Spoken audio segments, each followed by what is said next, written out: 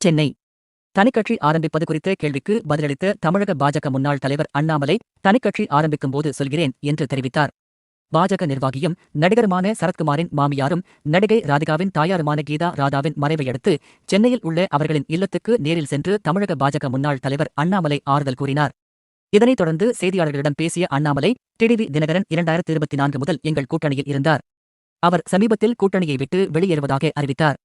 அவர் 1 மாத காலம் சுற்றுப்பயணத்தில் இருந்ததால் இப்போது சென்னை வந்ததும் அவரை நேரில் சந்தித்தேன்.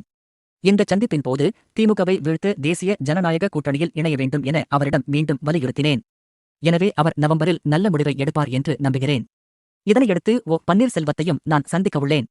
முதல்வரின் வெளிநாட்டு பயணம் குறித்து விஜய் பேசிய கருத்தை வரவேற்கிறேன்.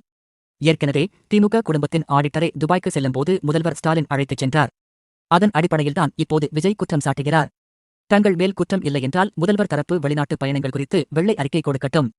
மேக் இன் இந்தியா திட்டத்துக்காகவே வெளிநாட்டு நிறுவனங்கள் தமிழ்நாட்டில் பல்வேறு முதலீடுகளை செய்கின்றன.